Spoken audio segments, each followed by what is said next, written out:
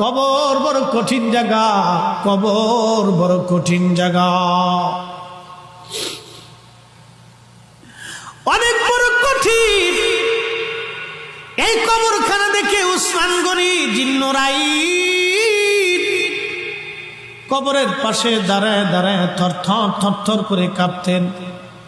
সাহাবা একরাম বলেন, আমিরুল মুমিনিন, আল্লাহ আপনাকে দুই নূরের অধিকারী বানিয়েছেন, দুনিয়ার থেকে জান্নাতের সার্টিফিকেট পেয়েছেন, তারপরেও কেন কবর দেখে দেখে আপনি কাঁদেন? উসমান গনি বলতেন, সাহাবীরা রে, আমি আমার মাশূকের জবান থেকে শুনেছি এই কবর হলো প্রথম ঘাঁটি, এই কবর প্রথম ঘাঁটি।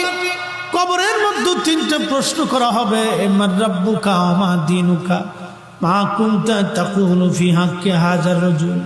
আমি উসমান গনি কি কবরের প্রশ্নের জবাব দিতে পারবো কিনা এই চিন্তায়